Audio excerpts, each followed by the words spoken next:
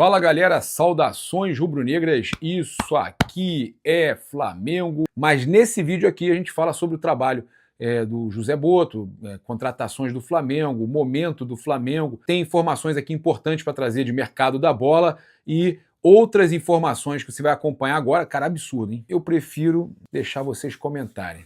Mas vamos lá. 2 problemas graves que acontecem, pelo menos 2, tá? Quando você tem o Lamáquia vestido de Vasco, dentro do estádio, dentro do campo do Palmeiras, ao lado da Leila, com camisa do Palmeiras e do Vasco, e ele representando o Vasco. O primeiro, ainda tem que ter um leilão. Ele ainda não é o dono do Vasco, como falou o Garoni na Placar. Ele já está dizendo, se assumindo ali um mecenas, um cara que já está ajudando, um cara que já está comandando o Vasco, ajudando o Vasco a contratar, sem ter uma autorização ainda da Justiça, sem estar liberado realmente que ele assuma a SAF, não teve nenhum, é um leilão, tá? Ele já está ali como sendo o cara que vai comandar o Vasco, representando o Vasco dentro de campo. O segundo problema, você tem a Leila, que se ele assume isso, que ele já está no Vasco antes mesmo dele ser, ele já está dizendo que ele está, né? Ficou claro para todo mundo. E ele está ali no campo ao lado da Leila, que é atual presidente do Palmeiras e que teria que renunciar imediatamente para isso acontecer. Ou ela sai agora, ou essa SAF não acontece agora. Só que os aportes, a contratação com aval, já está acontecendo, gente. Já está acontecendo. E eu fico feliz de ver influenciadores de Palmeiras, jornalista que fala sobre Vasco, influenciador de Fluminense e de outros times, todos chegando agora num consenso de que, no mínimo, há um conflito de interesse e que está muito estranho isso daí. Ninguém está falando de manipulação de resultado, nem que perdeu de propósito, nada disso. Até porque o Vasco é ruim pra caramba. O time do Vasco tomou de 3 pro Santos em casa. O time do Vasco é ruim pra caramba. Ponto. Achar que o Vasco está entregando alguma coisa é até loucura, né? Seria mais fácil a gente achar que tinha alguma coisa rolando se o Palmeiras tivesse perdido para salvar o Vasco do rebaixamento. Aí a gente podia até dizer, caramba, estranho isso aí, né? E se o Vasco for rebaixado, será que, tendo só a Copa do Brasil, ele disputa o Brasileiro de uma divisão e o Palmeiras está na outra? Será que isso de repente não pode facilitar da SAF entrar logo agora em 27 e não ter que esperar até 28 a Leila sair da presidência do Palmeiras? São dúvidas aqui que eu tenho. Que loucura essa notícia do Cebolinha. Pois é, mais uma vez o negócio não acontece, tá? Então, a chance aí do Cebolinha sair por agora diminui, porque, cara, ele ganha muito, o salário dele é muito alto. O que eu soube é que o que dificulta a negociação do Cebolinha, até mesmo saindo rescindindo, saindo de graça e tudo mais, é a questão do alto salário do jogador. Segundo a ESPN, o presidente do Krasnodar da Rússia barrou a contratação do Everton Cebolinha. O acordo estava praticamente fechado para o clube contratar o jogador, já de imediato, tá? No entanto, o diretor de futebol do Krasnodar recebeu o veto do presidente para concluir a negociação. Com isso, a operação está travada e o clube russo já busca outra opção no mercado. Eu conversei com uma fonte ligada ao Flamengo, que disse que não tem tantas informações assim do motivo do que aconteceu, mas que é levado em consideração o histórico recente de muitas lesões do Everton Cebolinha.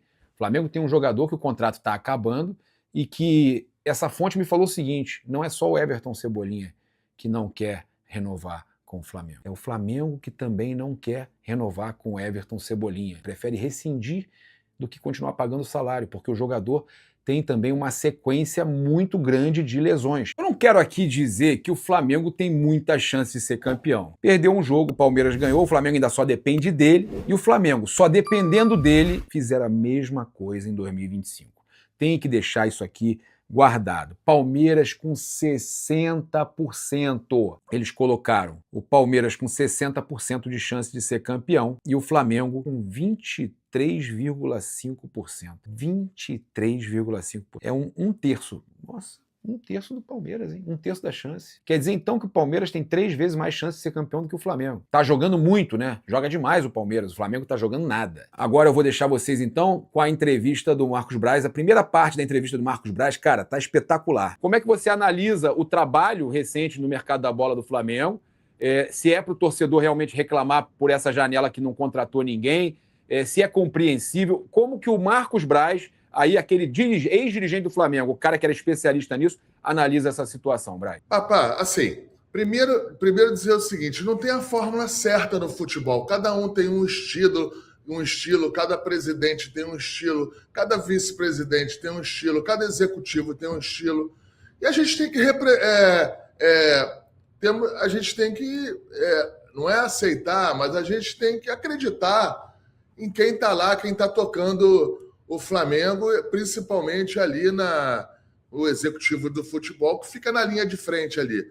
O Boto tem o estilo dele, tem que se respeitar. Eu acho que a gente pode analisar o trabalho do Boto no final da temporada ou quando ele sair. E em relação à janela, assim, até pela agressividade que o Flamengo teve na janela ano passado em relação à parte financeira, trouxe o Paquetá nos valores que trouxe, o Samuel Lima, todos esses jogadores, um goleiro, um zagueiro. O Flamengo foi bem agressivo em relação à parte financeira. Se pudesse, ou se tivesse algumas outras alternativas, talvez não precisasse ou não fosse gastar tanto. Mas isso aí é do jogo. O Flamengo, num determinado momento, entendeu que deveria pagar quanto fosse pelo Arrascaeta. A gente foi lá e trouxe. Talvez a gente, na época, eu me lembro, Papa, que a gente foi muito questionado em relação, não ao jogador, mas aos valores que a gente trouxe ao jogador. Só que a gente entendia que era um jogador queria fazer parte de uma base, de um grupo, e deu certo, está até hoje aí sendo muito importante.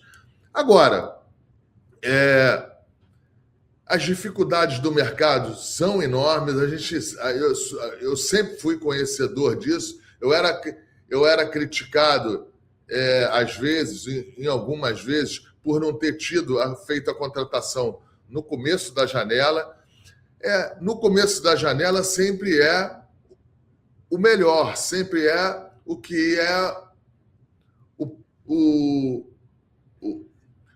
no começo da janela é a maneira em que se deve ter com o céu de brigadeiro. Está tudo tranquilo, você consegue fazer a contratação, lógico, e quanto mais rápido ele estiver dentro do clube, melhor. Mas às vezes não é possível.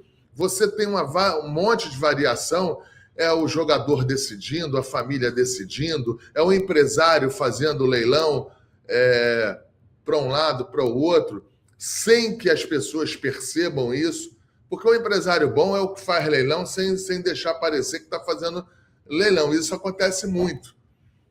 Passa batido na percepção de vocês, passa batido na percepção até de alguns profissionais que acompanham o clube, mas o cara está fazendo os ajustes ali e meio que um leilão. Então, assim, eu me sinto desconfortável, Papa, de fazer qualquer tipo de crítica em relação até a escalação. Por exemplo, eu vou entrar a gente vai falando de todos os assuntos para falar de Flamengo.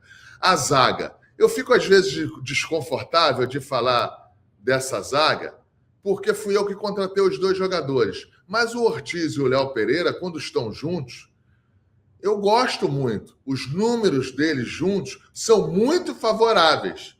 Então, assim, não é que o jogador que veio depois... O time toma muito menos gols, ainda mais... Por exemplo, quando o Flamengo toma mais de um gol numa partida, você pode ver ou não tem um ou não tem o outro, né? Quando toma 2, 3 gols, é sempre... Ou um dos dois está mal fisicamente, mas os números realmente, você tem razão, eles são muito bons, né? Agora, a janela... tem uma semana... Eu acredito que o Flamengo ainda possa fazer uma contratação. É isso, eu convido você a seguir, curtir, compartilhar em todas as plataformas. Você que está no YouTube, convido a se inscrever aqui embaixo, acionar a notificação no sininho, deixar aquele like maroto no vídeo. Muito obrigado aí pela sua companhia. Saudações rubro-negras